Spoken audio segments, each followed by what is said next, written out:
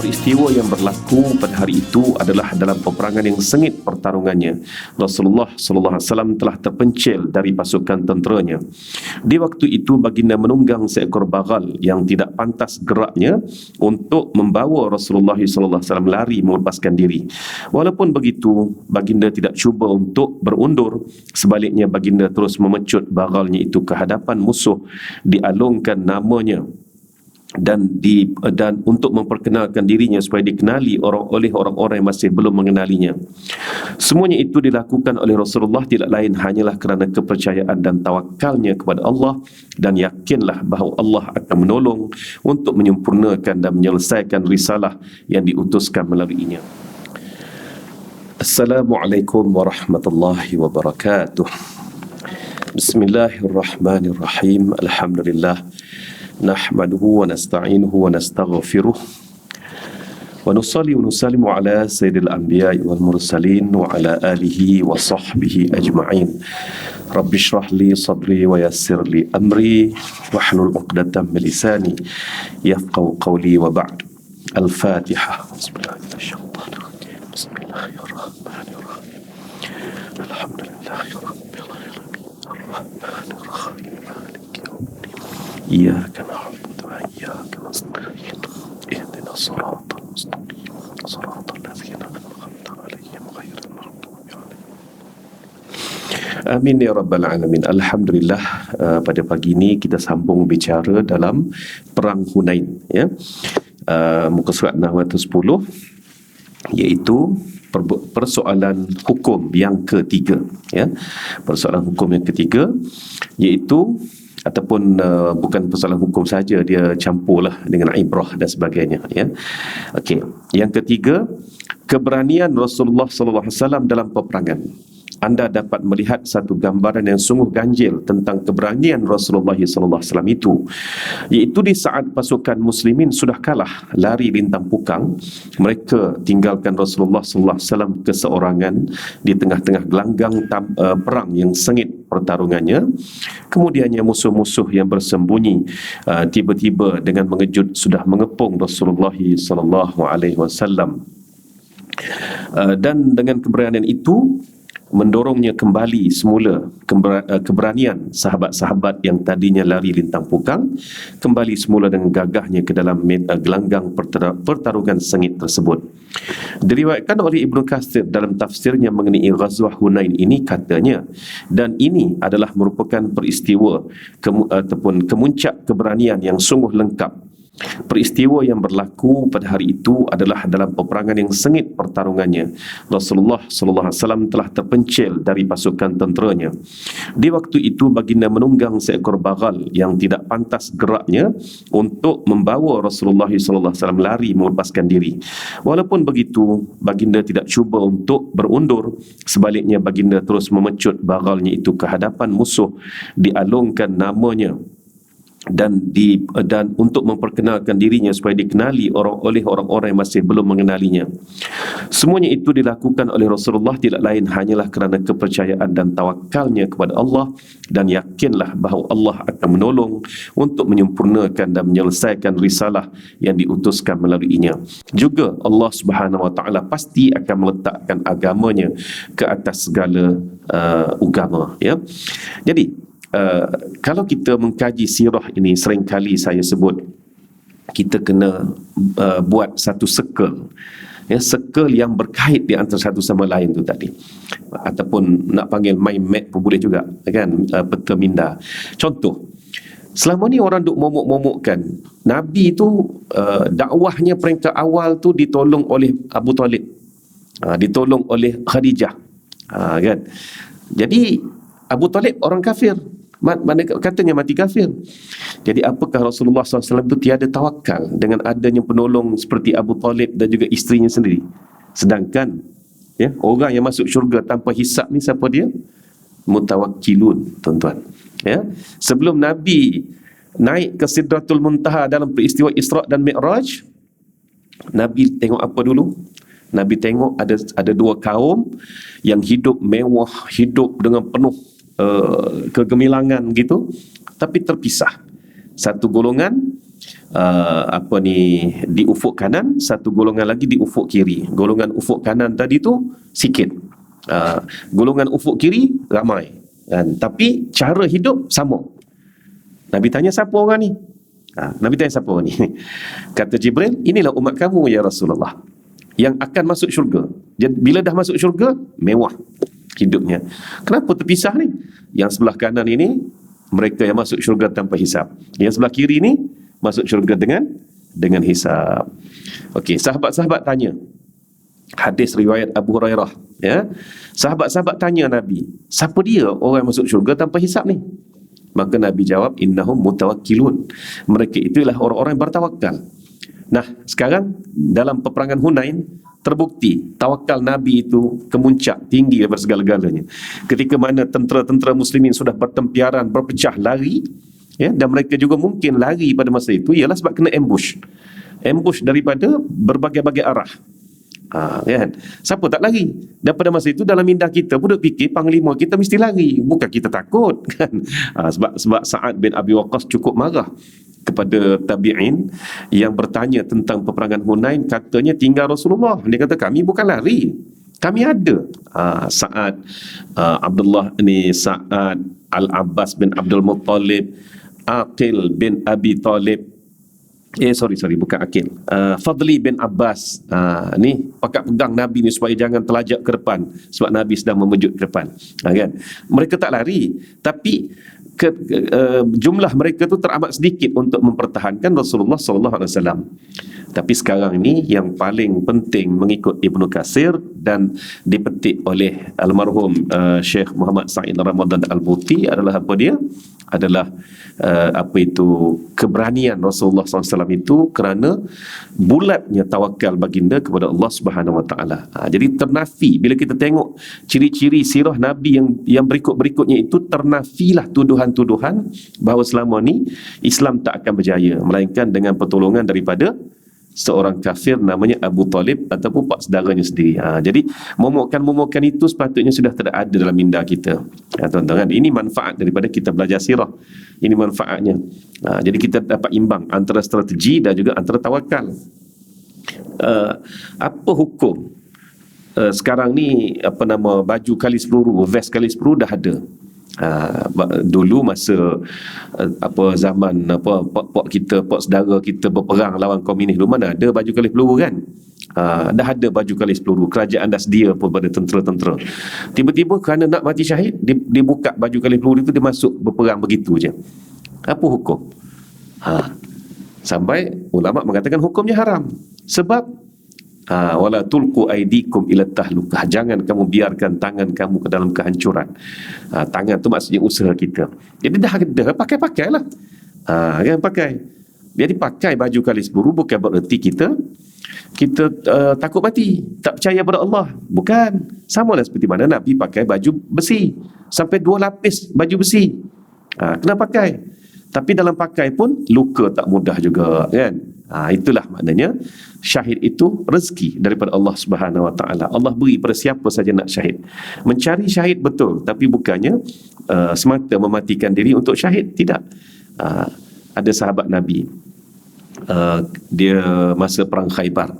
Masa perang Khaybar, dia tengah mengumpul harta rampasan perang, dia tengok ada satu kalung berkenan dengan kalung tu, dia pun masuk poket dia.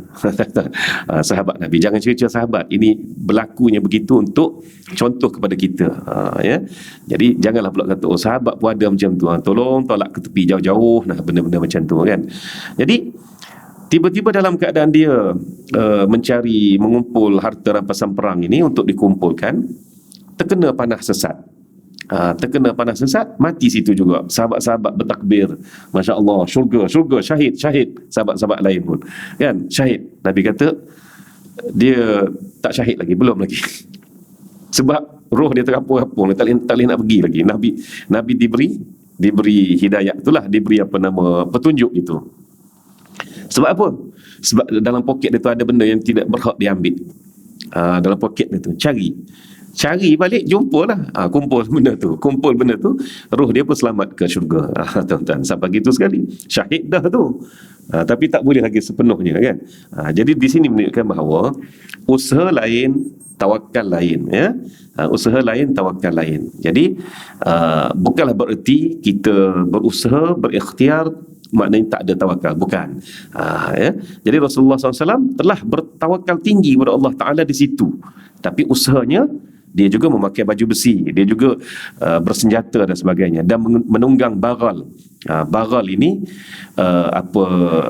tidak sepantas kuda, tidak selembek keldai. Gitu kan. Dan dia tengah-tengah, sebab dia kacukkan antara kuda dengan bagal, dengan keldai, keluarlah bagal. Gitu ya.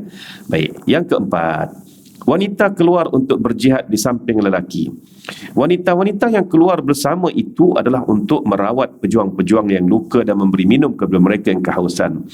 Ini telah pun sabit adanya dalam hadis sahih. Terdapat wanita-wanita dalam beberapa ghazwah ataupun peperangan. Namun kehadiran mereka bukan untuk bertarung. Tidak sabit dalam sunnah, walaupun Imam Al-Bukhari menyebutkannya dalam Kitabul Jihad dan dalam bab Ghazwah An-Nisa wa qitaluha ma'ar rijal, di mana hadis dalam bab itu tidak pun menyebut wanita-wanita mengambil bahagian bertempur bersama-sama orang lelaki. Ibnu Hajar mengulas perkara ini, katanya saya tidak dapati satu hadis pun, yakni hadis-hadis yang terdapat dalam bab tersebut kenyataan yang menunjukkan wanita-wanita bertempur. Jadi kalau kita tengok tajuk saja, Kitabul Jihad, itu kitab dalam Sahih Bukhari, dia ada kitab, kemudian dia ada bab, gitu ya. Jadi bab itu tadi tu barulah ada hadis-hadis dalam bab itu. Itu cara pengaturan kitab Sahih Bukhari, tuan-tuan ya. Jadi dalam Kitabul Jihad, dalam bab Ghazwah An-Nisa wa qitaluha ma'ar rijal, apa maksud dia? Wanita menyertai peperangan bersama-sama lelaki. Kalau tengok tajuk saja, kita pun terus buat hukum bahawa wanita pun angkat senjata pergi berperang juga. Cuba baca hadis di bawah bab itu, ternyata tidak ada pun sabit dalam hadis wanita mengangkat senjata berperang bersama-sama lelaki, tak sabit. Walaupun ada seorang wanita namanya Nusaibah, ya, ataupun dipanggil Ummu apa tu Nusaibah ni, Ummu Allah SWT, terlupa pula gelaran dia. Nusaibah ini dalam perang Uhud, dia putus tangan kerana mempertahankan Rasulullah SAW. Topi besi dia tercampak sehingga terurai rambutnya, keluar rambutnya, ya, sehingga Nabi terpaksa menjerit kepada anak-anak dia. Dia pergi, suami, 2 orang anak dan dia, kan. Jadi menjerit supaya selamat ke ibunya pula. Cukup tu, sebab putus dah tangan, ya, kena tetap. Dia bukan pejuang, dia jururawat. Dia jururawat. Tapi bila tengok Rasulullah SAW sudah ditetak, maka dia melompat dari kem ataupun khemah jururawat ni pergi mempertahankan Rasulullah SAW. Itu secara spontan dan tindakan yang dia fikir patut untuk menyelamatkan Rasulullah SAW, kan. Tapi dari sudut peraturan ketenteraan, wanita tak pegang senjata. Islam ni wanita adalah jururawat. Wanita-wanita jururawat. Dalam masyarakat jahiliah, wanita menyertai peperangan juga, tapi sebagai faham-fahamlah, sebagai penari, sebagai penyair, memberikan semangat, membakar semangat kepada kaum lelaki, dan tidak lupa juga jadi jadi hamba seks lah, gitu kan. Tapi Islam jururawat ini fokus kepada mereka adalah untuk doktor pun sekali lah, maksudnya bukan kata jururawat semata-mata, doktor pun sekali lah. Sebab itulah dalam perang Uhud itu Islam pergi dengan lengkap, dah ada hospital medan semua sekali dan sebagainya. Tapi perang Uhud itu sebenarnya pada saya dia bukan goyah kerana semata-mata turunnya pasukan pemanah dari bukit pemanah tu saja. Dia bukan sebab tu saja. Dia sebenarnya perang Uhud ni dia bermula dari awal lagi, sudah ada dah cucukan daripada munafik. Kan munafik buat keluar 300 tentera dia. Sebenarnya dari situ pun dah mula kita kata goyah juga pertahanan muslimin sebenarnya pada masa itu. Dan yang keluar 300 orang ni sebenarnya mereka bukanlah munafik ori pun sebenarnya. Sebab apa? Sebab dia keluar kerana hormat kepada ketua dia, Abdullah bin Ubay. Dan pada masa tu dia memandang Abdullah bin Ubay ni adalah sahabat. Semua orang kata Abdullah bin Ubay sahabat. Tapi selepas turun surah Al-Munafikun, baru mereka tahu. Baru mereka nampak dah, oh ni tembak siapa ni, tembak Abdullah ni, oh rupanya munafik selama ni. Kita dah ikut ingatkan dia orang baik rupanya kan. Rupanya jenis katak juga, contoh cuit juga lah sikit kan. Jadi mereka kembali kepada Rasulullah SAW. Dan saya melihat kenapa ya Rasulullah tak nak baca senarai 300 munafik itu. Inilah sebabnya. Sebab Rasulullah ni dia ni wabil mu'minina raufur rahim. Itu sifat Rasulullah SAW, ya. Kepada orang beriman dia cukup rauf, pemaaf, penyayang, pengasih sangat-sangat. Jadi kalaulah misal kata dia dah baca senarai itu, maknanya dalam minda dia, oh ni munafik dulu ni, baru taubat Pada Rasulullah tak ada benda tu. Tak ada benda tu pada Rasulullah SAW. Jadi senarai itu ada sebagai satu amaran saja, bahawa munafik kamu dalam pengetahuan kami. Tapi Rasulullah tak baca. Yang tahu seorang je, Huzaifah Al-Yamani je yang tahu kan. Jadi bila mereka kembali kepada Rasulullah SAW, Rasulullah menerimanya sebagai sahabat. Jadi pengacaunya dah mati pada masa tak lama lepas tu mati beragan, mati dalam orang kata apa, mati dalam tension, dalam tekanan. Mati dan tekanan. Maunya tak tekanan.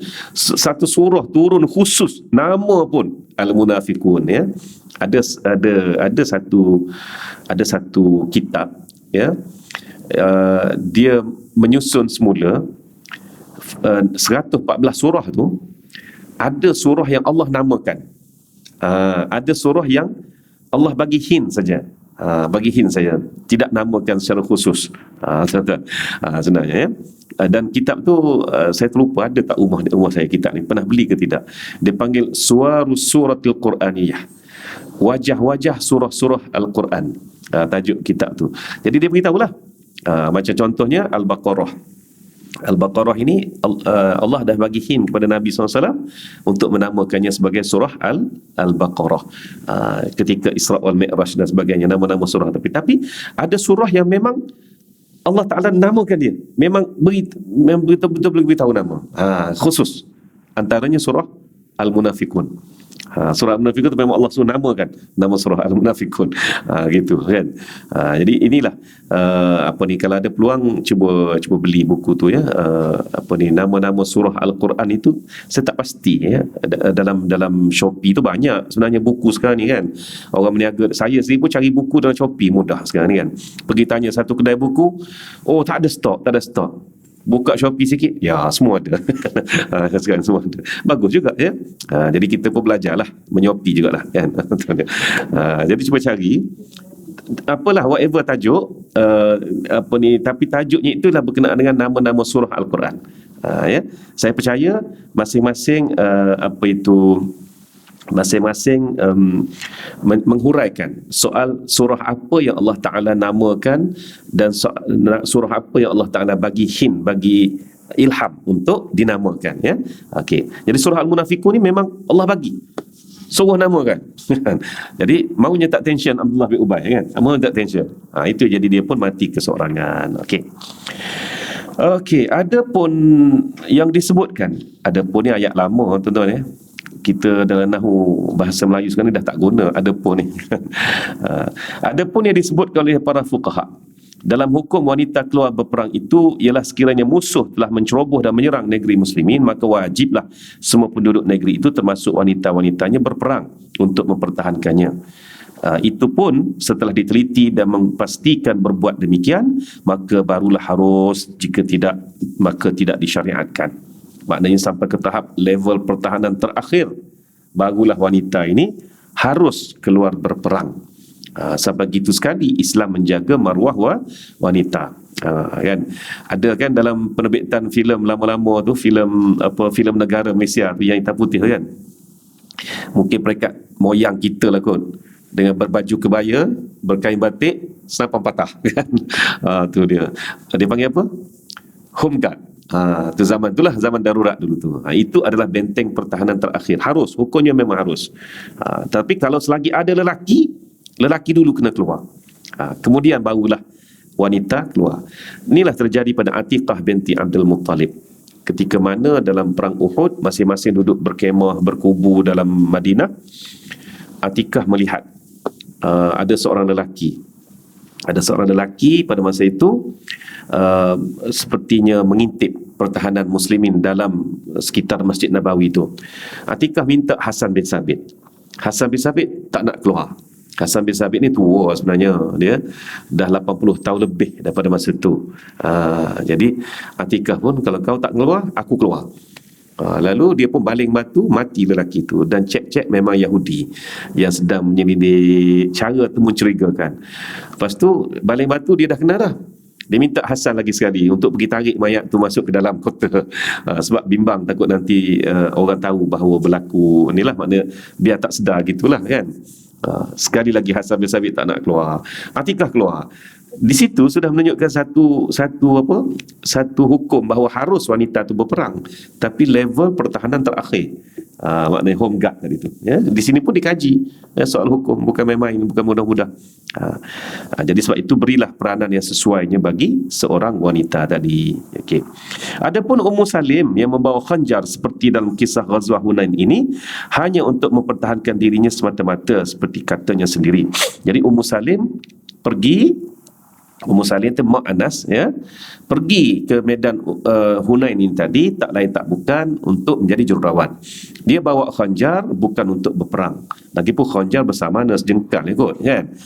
Itu untuk pertahanan dirinya semata-mata. Mengenai masalah ini juga terdapat hadis yang diriwayatkan oleh Bukhari dan lain-lainnya daripada Aisyah bahawa beliau telah meminta izin daripada Rasulullah SAW untuk mengambil bahagian dalam jihad, dalam perang. Lalu jawab Rasulullah, apa dia?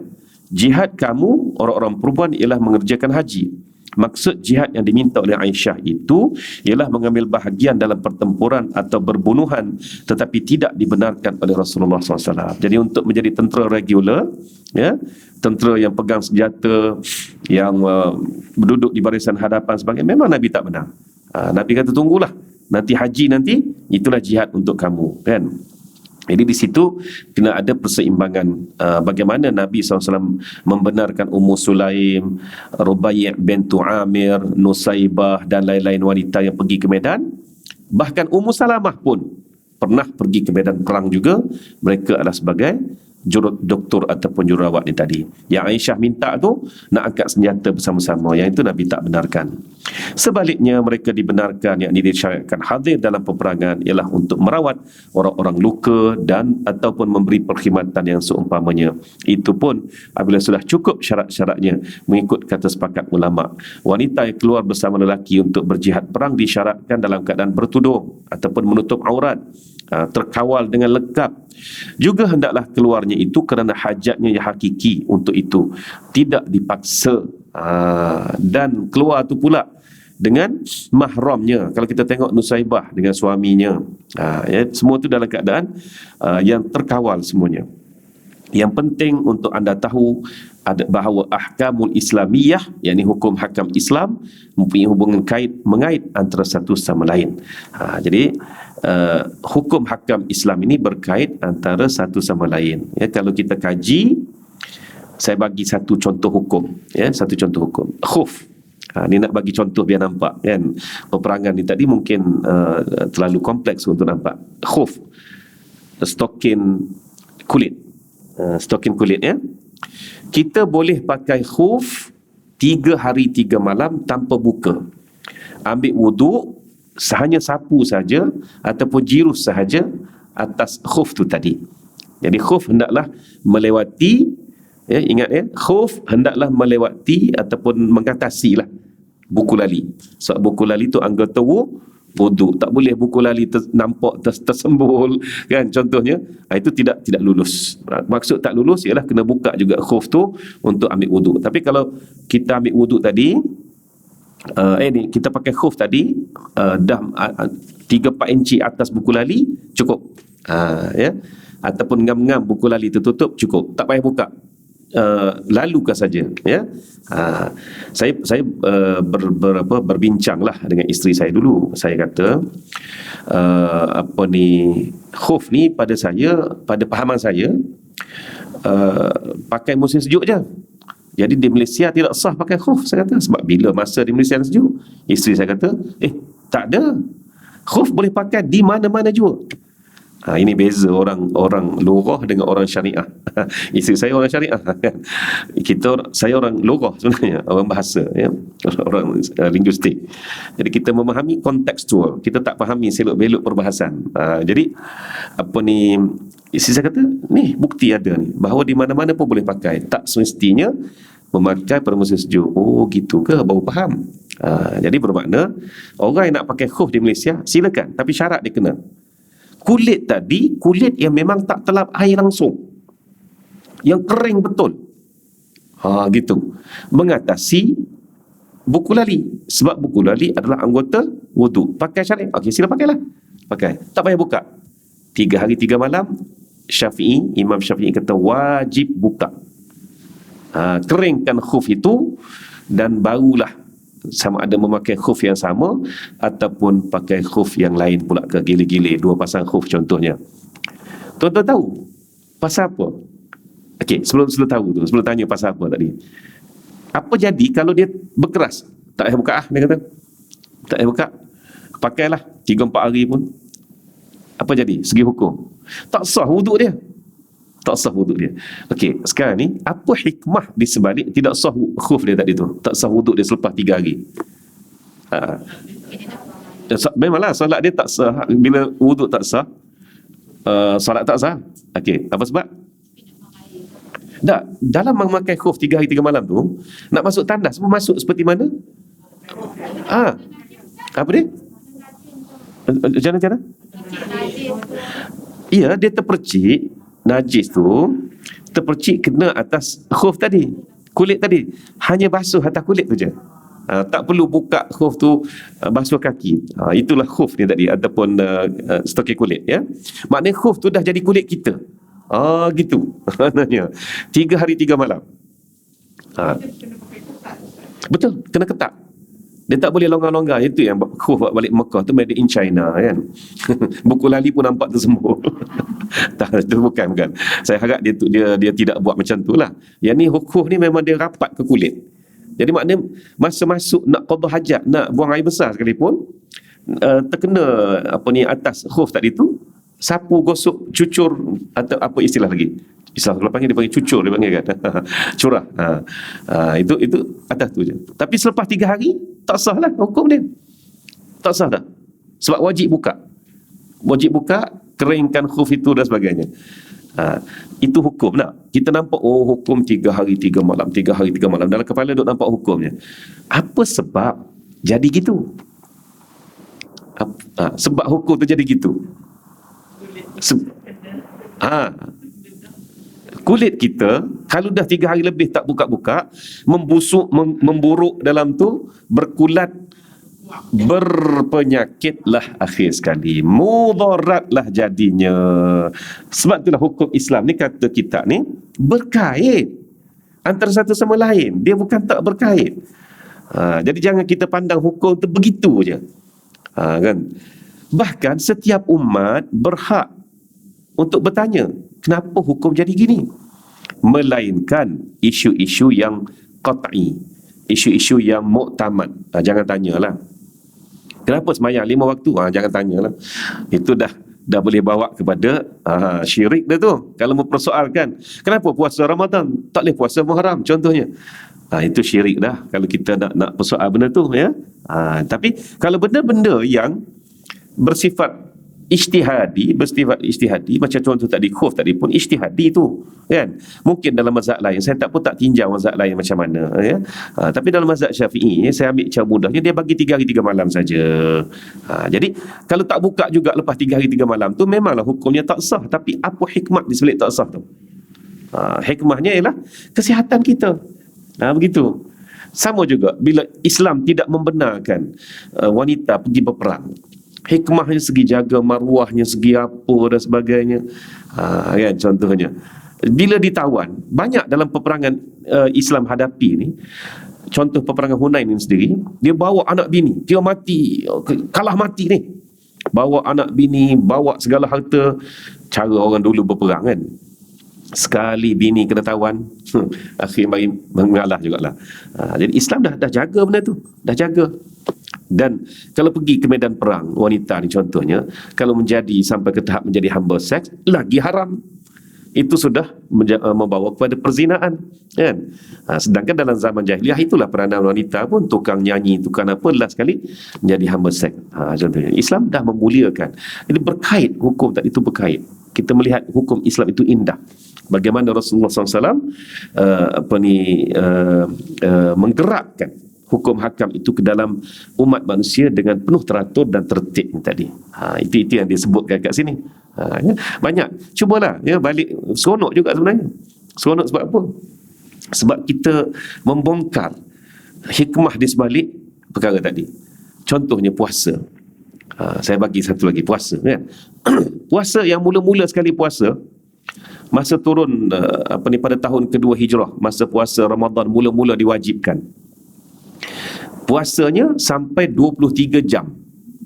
Dari Isyak sampai Maghrib esok. Dari Isyak sampai Maghrib esok. Sampai pensan-pensan Kediri. Tak ada. Akhirnya turunlah ayat bahawa dari fajar sampai maghrib sahaja. Logo kan. Logo rasanya, kan. Kalau tidak, masa itulah nak sembahyang jemaah, masa itulah nak berbuka puasa, lepas tu dah kena puasa balik. Okey. Sekarang ini, apakah Allah Taala tak tahu bahawa hamba-Nya tak mampu berpuasa 23 jam? Tahu, kan, tahu sebenarnya. Tetapi hukum asas dalam Islam itu hanya fajar ke maghrib sahaja. Sekarang kita dapat lihat ada area tertentu dalam dunia ini yang malamnya hanya 3 jam. Iceland.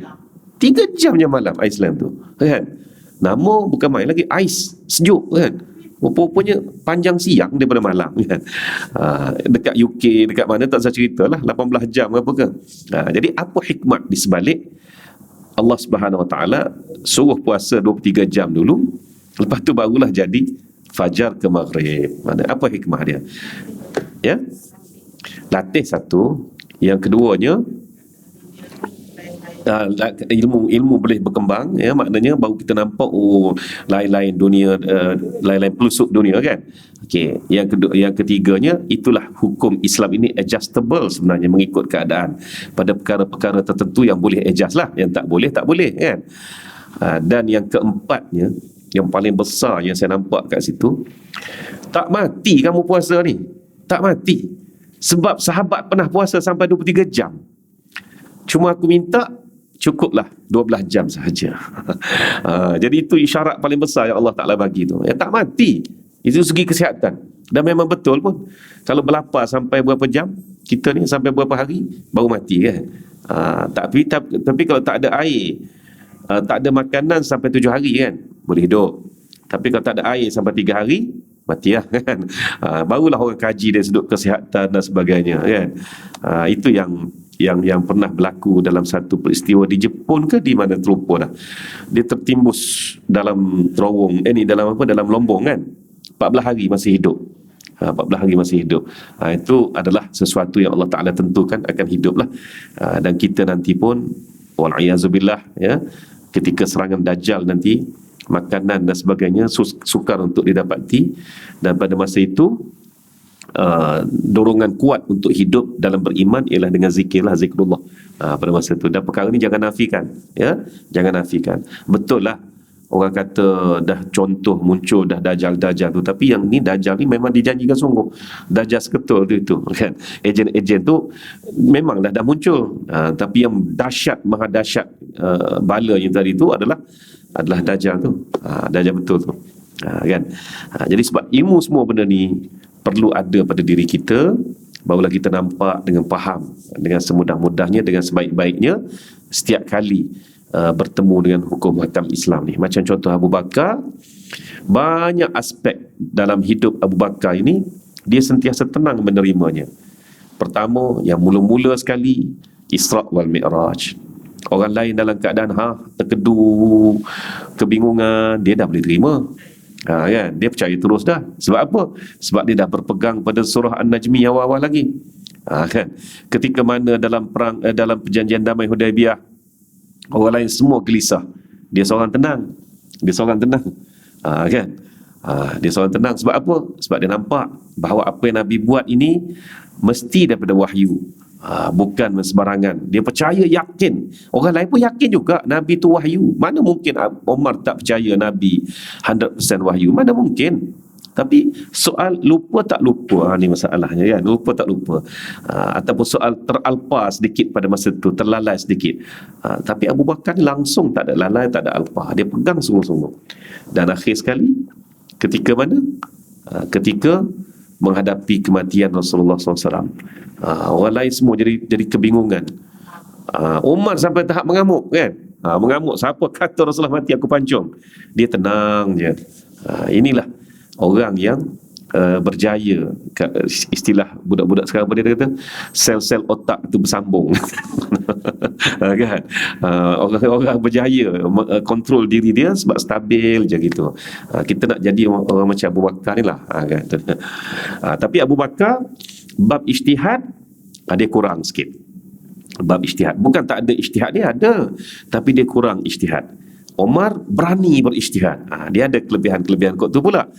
Omar dia berani berijtihad, ya. Abu Bakar pun berijtihad. Contohnya dalam kes tanah Fadak. Tanah Fadak itu memang confirm segi hukumnya kena bagi kepada isteri-isteri Nabi yang 9 orang itu yang masih hidup. Memang kena bagi. Tapi masalah Nabi dah pesan. Nabi dah pesan bahawa Nabi-Nabi tidak mewariskan harta. Oleh itu nak buat macam mana? Maka situ dia berijtihad. Dia kata semua harta Nabi yang masa dia masih hidup adalah menjadi milik negara. Milik negara maksudnya Baitul Mal. Tapi aku telah buat keputusan bahawa isteri-isteri Nabi dan orang-orang yang pernah ditanggung oleh Nabi sampai akhir hayatnya akan ditanggung oleh Baitul Mal. Dapat pencil lah keadaannya sampai mereka wafat, sampai mereka meninggal. Itu dia. Jadi kalau orang yang tak pandang sudut ijtihad, dia akan kata, habis tu tadi tanah Fadak tu buat masuk ke Baitul Mal, gaul duit Baitul Mal bagi pula kepada isteri-isteri Nabi, kan? Tidakkah benda tu macam kong kali kong? 2 kali 5. Itu maknanya orang yang tak pandai ijtihad tu, kan? Dan hikmah di situ, tidak ada perebutan harta Nabi Muhammad sallallahu alaihi wasallam selepas dia wafat. Apa jadi kalau terjadi perebutan harta dalam kalangan anak-anak selepas wafat? Lagi susah. Berpecah dari sudut material pula. Maknanya Nabi dah jadi sama macam orang lain. Kan? Jatuh maruah Nabi tu. Dan kita sendiri pun kena ingat, bila mak ayah kita meninggal, berebut harta pusaka, orang tak akan nampak teruk anak-anak haji sekian-sekian tu. Orang akan nampak haji tu tak pandai didik anak kan? Tak betul tak? Ini tak berlaku pada Rasulullah SAW dan juga Nabi-Nabi. Dan mereka boleh hidup dengan pencen yang diberi oleh Abu Bakar sampailah mereka meninggal. Itulah hebatnya sahabat-sahabat tadi, ya. Ada berani mau cerca sahabat lagi. Gitu kan. Ini selamba je cerca sahabat tu, macam mereka ni hebat sangat. Okey, jadi itulah tuan-tuan dan puan-puan boleh baca terus berkenaan dengan ayat afatu'minuna bi ba'dil kitab ini. Saya duk hurai ayat ni lah sebenarnya, yang panjang itu berkenaan dengan kita ini bukan seperti ahlul kitab yang ambil alakat. Kita ni kena ambil semua. Kan? Ahlul kitab ni dia alakat. Hari ni nak makan apa? Hari ni nak makan nasi kerabu dengan ikan keli. Okey. Dia ambil je. Lauk banyak. Kan? Janganlah pula tuan-tuan guna apa yang saya sampaikan ini, tiba-tiba nak lunch dah lagi kena ambil semua lauk tu. Pakai mati situ dah lah, kan, mati makan orang pakai. Istilah ni nak suruh nampak apa beza. Bi ba'dil kitab itu tadi macam alakat lah, dia ambil apa dia nak saja. Sedangkan dalam Islam ni kita kena ambil apa yang kita selesa atau tak selesa, kena terima dalam hal itu, ya. Gitu. Baik, yang kelima, diharamkan membunuh wanita, kanak-kanak, orang gaji dan hamba dalam jihad dan perang. Ini tuan-tuan jelas. Saya tak baca nas ini, harap tuan-tuan boleh baca. Cumanya hukum ini jelas. membunuh hanya tentera sahaja. Pada zaman itu tak ada uniform. Macam mana memahami tentera tadi? Siapa yang bersenjata?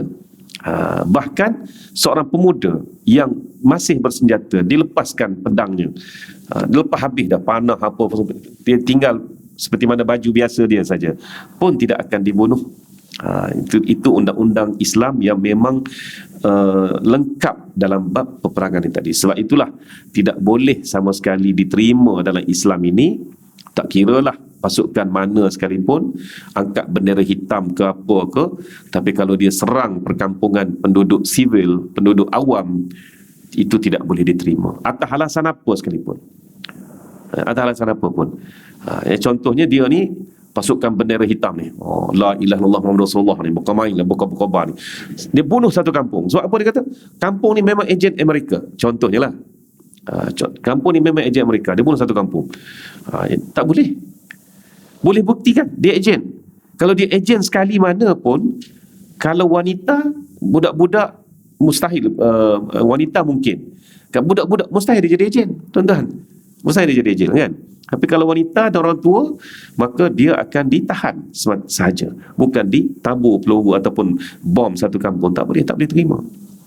Itulah, kalau dia kata ini gerakan Islam, tak boleh, ini bukan Islam dah ni, ini dah karut dah.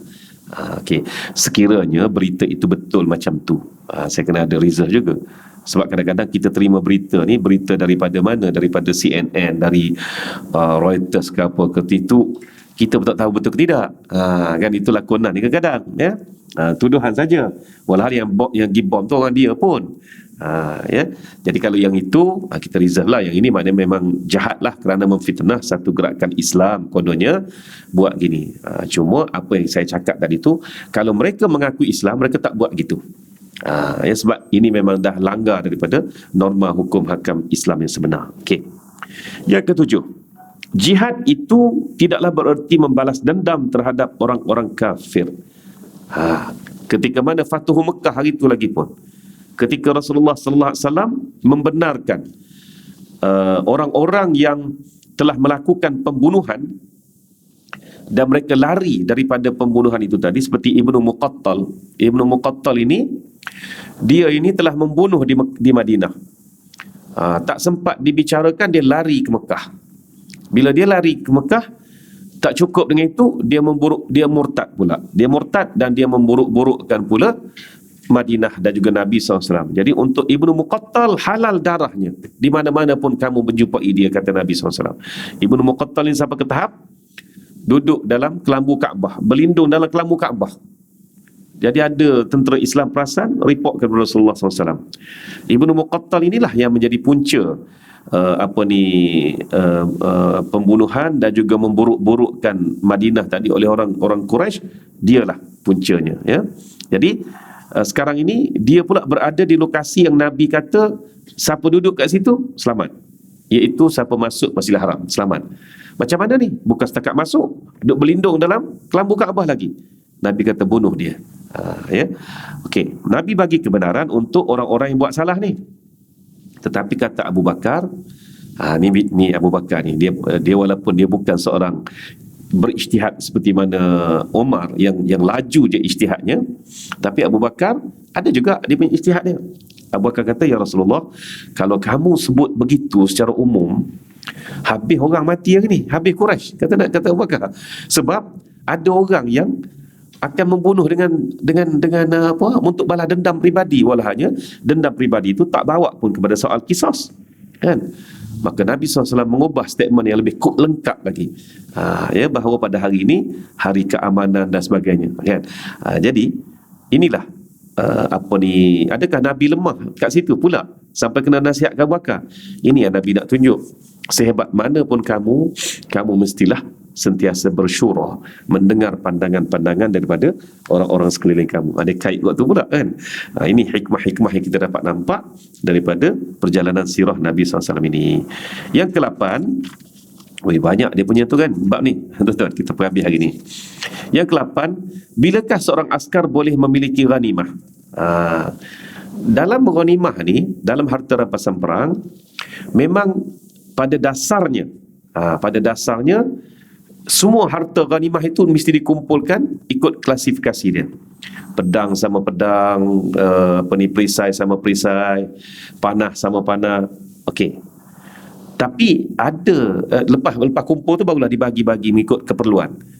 Tapi ada dalam hal-hal tertentu dia boleh terus ambil. Contoh makanan.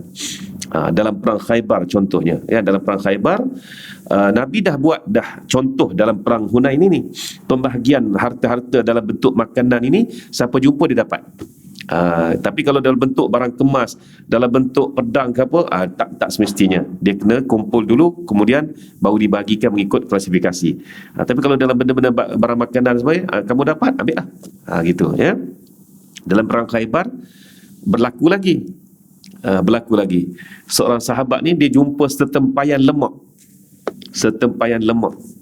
tuan-tuan, dia ambil ke dia, mari sahabat lain rampas, dia kata pergi kumpul dulu. Dia kata, kawan dia kata, ni hak aku, mana boleh.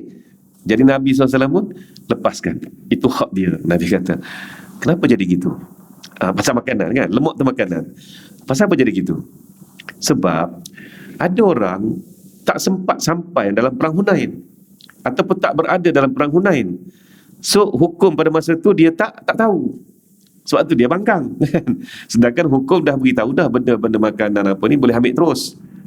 Jadi tengok, ya, kita pun hari ni macam itulah jadinya. Bila dia tak tahu tentang sesuatu perkara, dia lawan cukup-cukup. Lepas tahu tu, gitu ke? Tak apa kalau dalam hal kehidupan sosial, dalam hal hukum pun sama. Itulah dia. Jadi sebenarnya tuan-tuan, inilah pentingnya kita berkuliah, bermuzakarah ni tadi untuk mendedahkan benda-benda macam ni, ya. Jangan kita pada hari ini, dululah pernah ada seorang sahabat saya tu solat tasbih.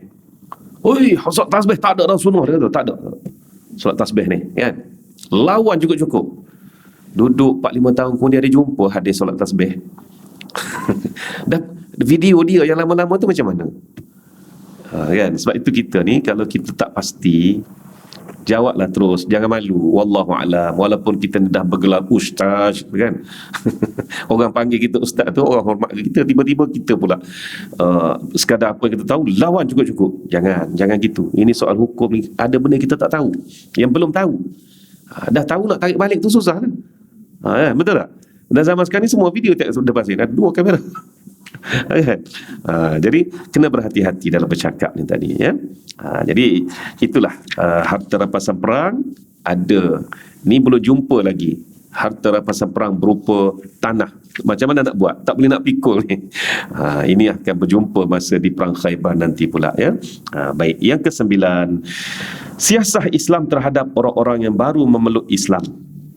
Antaranya yang kita duk amalkan itulah mu'allafah qulubuhum tu, kita beri zakat, beri sedekah, beri apa, itu termasuk dalam siasah syar'iyah, ya. Dan yang sepatutnya kepada mu'allafah qulubuhum ini, kepada mereka yang baru saja memeluk Islam ini, kita bantu mereka membina kehidupan. Jadi kalau bukanlah selama-lamanya duk mu'allaf lagi 20 tahun duk mu'allaf lagi, kan, duk minta sedekah lagi, tak kena lah tu. Sepatutnya bantu. Okey, kamu jenis apa? Jenis suka berniaga. Okey, kita bagi satu peti sejuk kat dia. Peti sejuk tu lah, ais apa yang tu kan, peti lauk tu kan, berniaga frozen dan sebagainya. Laku kan sekarang ni. Tuan-tuan tahu tak, masa PKP pun ni, antara apa, barang dagangan yang orang kata apa, permintaan tinggi, frozen food. Frozen food. Rumah saya pun tak tahu pun tak larat beli dah kan. Tak beli habis. Beli habis. Ya, semua anak-anak duduk rumah, makan je kerja kan. Hari ni nak pergi sekolah. Hari ni mula sekolah, dia kata apa? Sudah, dia kata baju tak muat habis dah. Tu dia. Kan?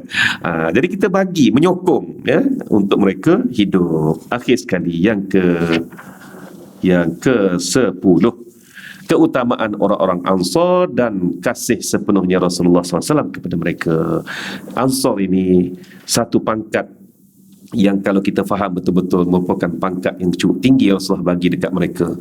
Mereka dah Islam dalam keadaan orang-orang masih kufur, dan mereka pula membantu Nabi SAW dengan apa yang ada pada mereka. Inilah Ansar, satu kemuliaan apabila Ansar rasa terpinggir dalam perang Hunain ini.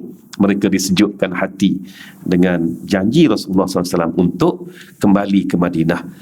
Dan kalau tuan-tuan jumpa orang-orang Ansar di masa pergi Madinah, berilah penghormatan kepada mereka, ya, sebab saya menyaksikan sendiri bagaimana keturunan Ansar yang masih ada di Madinah sekarang ini cukup dihormati oleh mereka, ya.